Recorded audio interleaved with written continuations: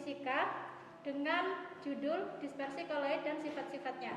Adapun tujuannya yaitu di sini mahasiswa harus mengetahui tentang definisi koloid, klasifikasi koloid dan perbedaannya, dan sifat-sifat koloid itu sendiri. Dispersi sendiri yaitu peristiwa pemuraian cahaya polikromatik atau cahaya putih menjadi cahaya monokromatik atau cahaya Meiji-Kuhibiniu pada prisma melalui pembiasan. Nah, dispersi sendiri ini ada 3 sistem. Yang pertama adalah molekul atau molekuler, yaitu contohnya larutan. Yang kedua adalah koloid, dan yang ketiga adalah dispersi kasar atau contohnya suspensi.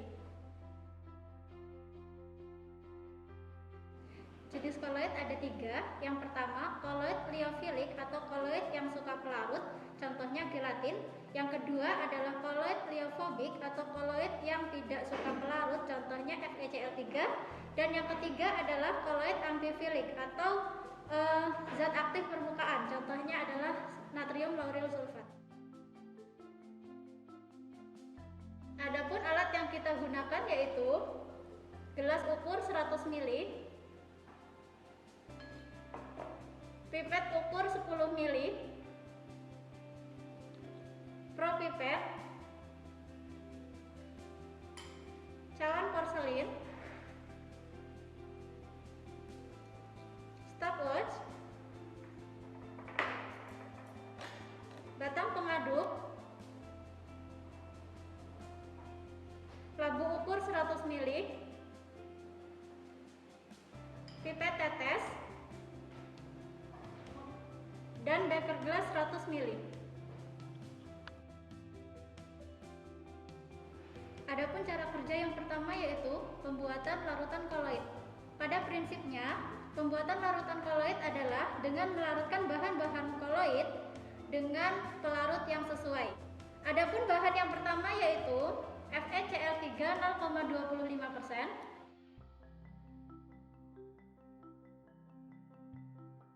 FeCl3 0,5%,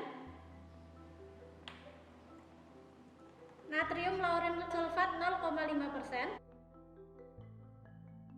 natrium lauryl sulfat 1%,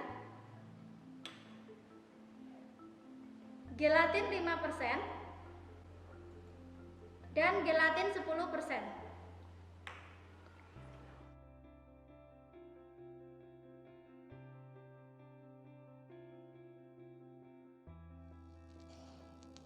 Karena airnya sudah panas, kita larutkan gelatin di dalam air panas. Yang pertama adalah dengan memasukkan gelatin ke beker gelas 100 ml.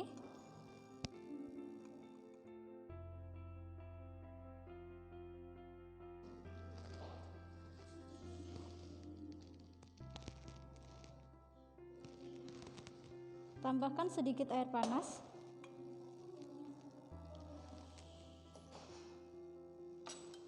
Kemudian diaduk.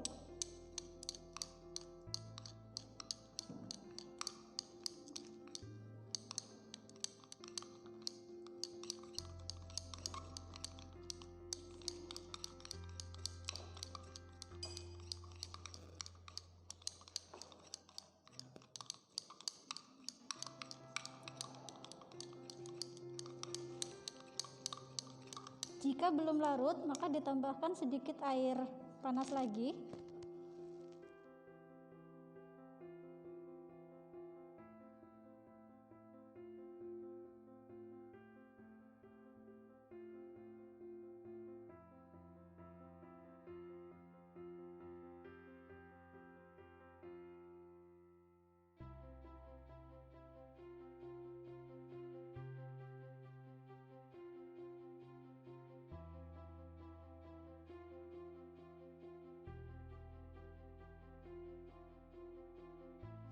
Lalu tuang ke labu ukur 100 ml.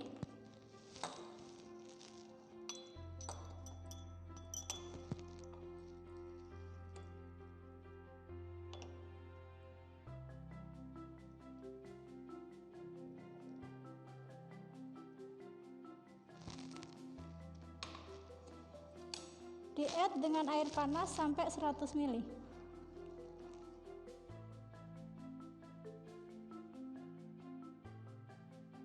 lalu digojok sampai larut.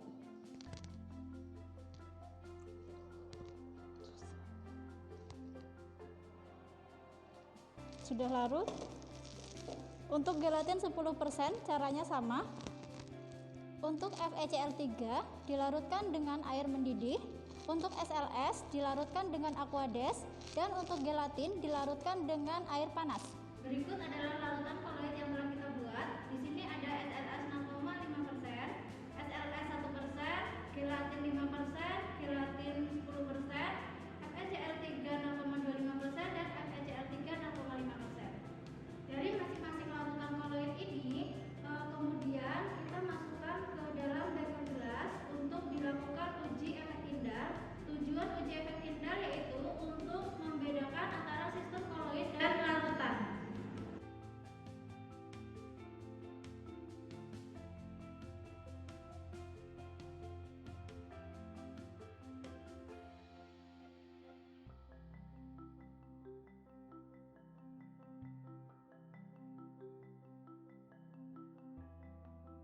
Untuk pembuktian efek Tyndall, selanjutnya kita lakukan penyinaran pada masing-masing larutan koloid yang telah kita buat dengan senter.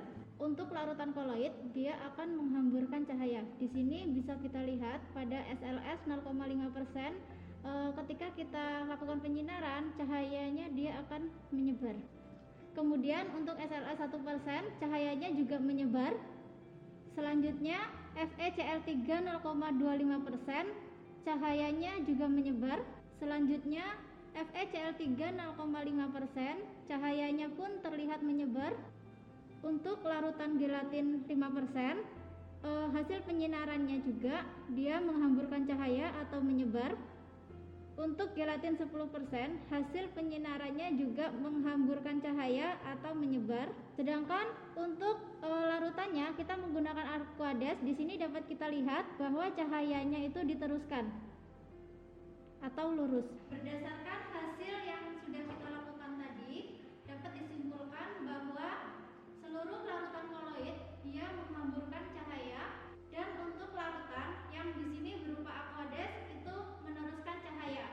Peristiwa penghamburan cahaya ini disebabkan oleh karena ukuran partikel koloid hampir sama dengan ukuran panjang gelombang sinar tampak, yaitu 400 sampai 700 nanometer.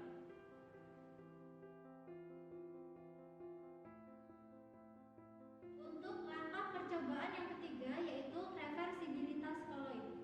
Langkah-langkahnya yaitu kita mengambil 10 ml larutan koloid,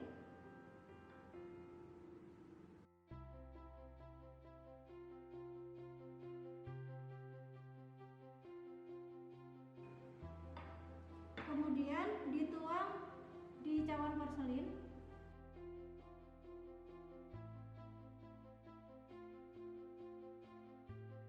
Lalu kita nyalakan api.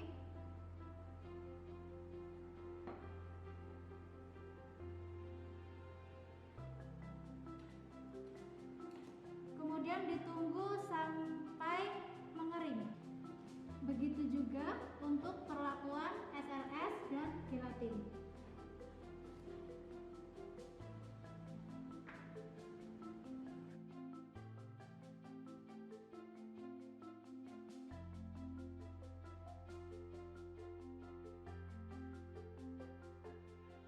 Oke.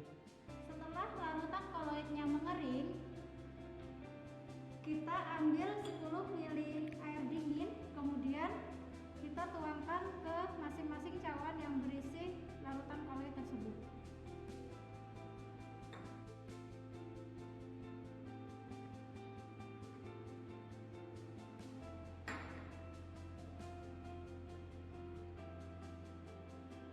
Kemudian kita amati.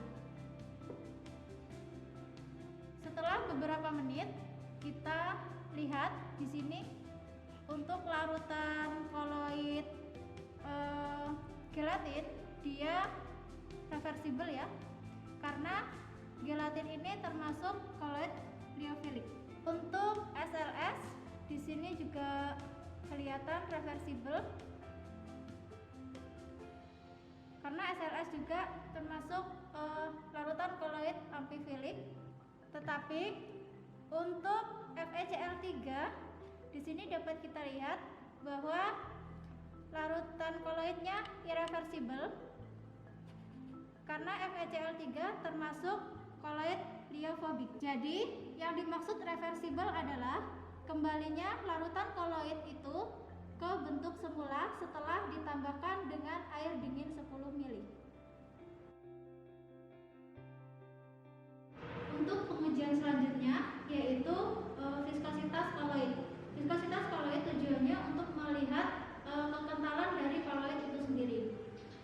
Prinsip kerjanya yaitu di sini kita menggunakan dua sampel koloid, yaitu gelatin 5% dan gelatin 10%, di mana dari masing-masing larutan koloid tadi itu kita ambil menggunakan pipet ukur 10 ml, kemudian kita lepaskan dan dihitung waktu alirnya menggunakan stopwatch.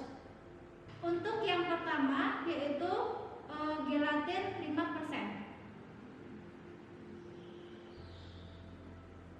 Kemudian kita lepaskan bersamaan dengan menyalakan stopwatch-nya.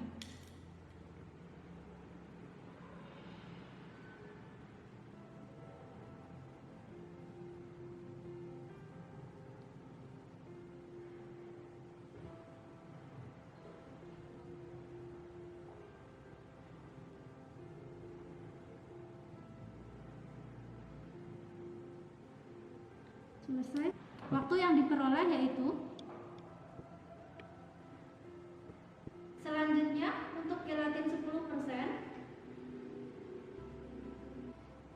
kita lepaskan dan kita nyalakan stopwatch-nya.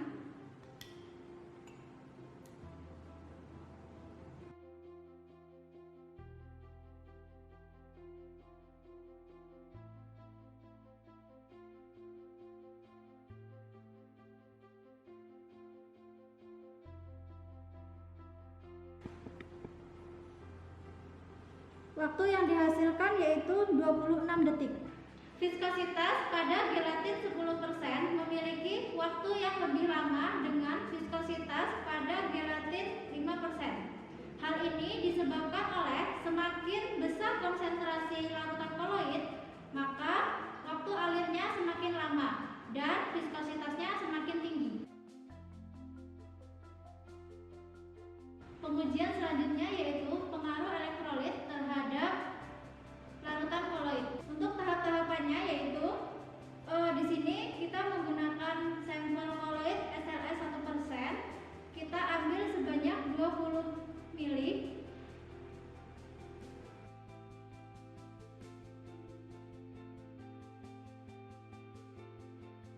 Kemudian dimasukkan ke dalam beker gelas. Lalu kita tambahkan dengan larutan NaCl 10%, 2 ml.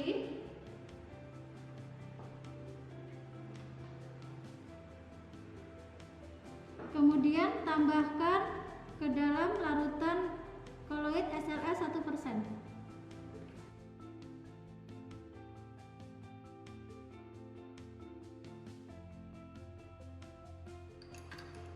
Kita aduk beberapa saat dan dilihat apakah sudah membentuk endapan atau belum. Jika belum, maka kita ambil larutan NaCl lagi 2 ml. Kemudian kita aduk lagi.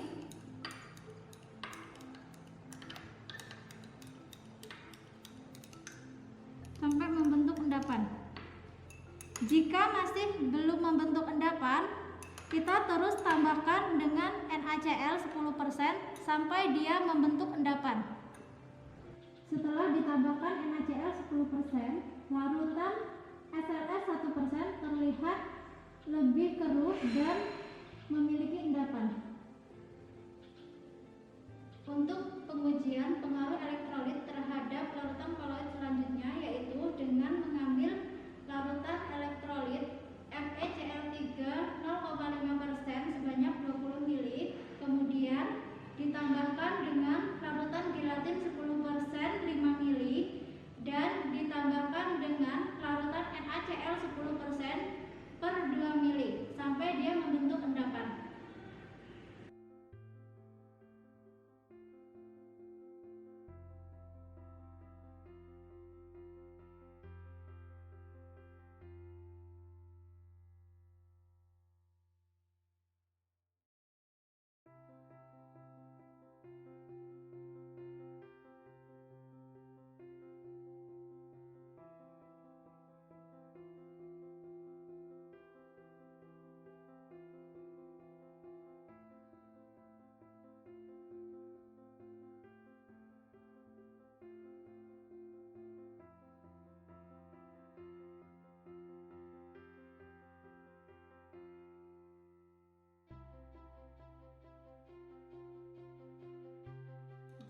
belum membentuk endapan, maka kita tambahkan dengan NaCl lagi. Setelah penambahan NaCl 10% sebanyak 10 ml, maka larutan koloidnya sudah membentuk endapan.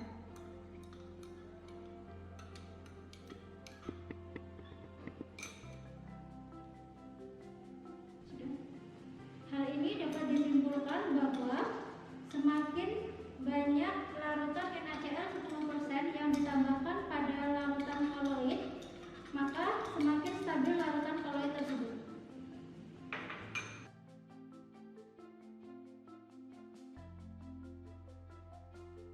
Untuk pengujian yang terakhir yaitu pengaruh alkohol terhadap larutan koloid. Di sini kita menggunakan larutan koloid gelatin 5% dan gelatin 10%, di mana masing-masing larutan koloid ini nanti kita ambil sebanyak 10 ml, kemudian kita masukkan ke dalam beker gelas dan kita tambahkan alkohol 96% sampai dia membentuk endapan.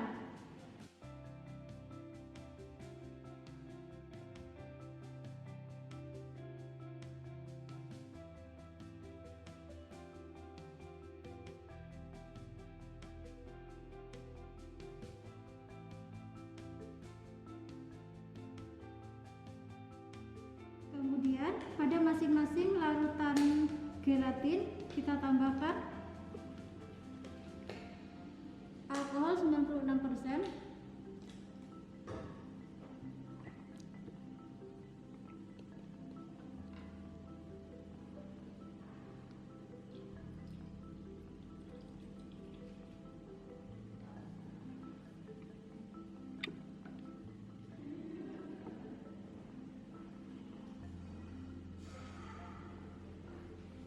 Untuk larutan gelatin 10% juga sama, kita tambahkan dengan alkohol 96%.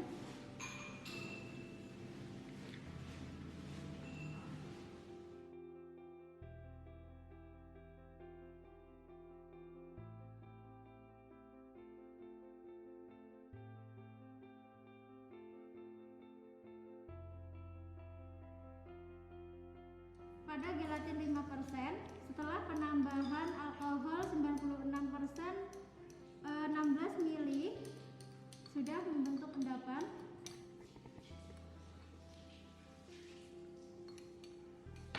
Sedangkan pada gelatin 10%, dia hanya memerlukan alkohol 96% sebanyak 10 ml untuk membentuk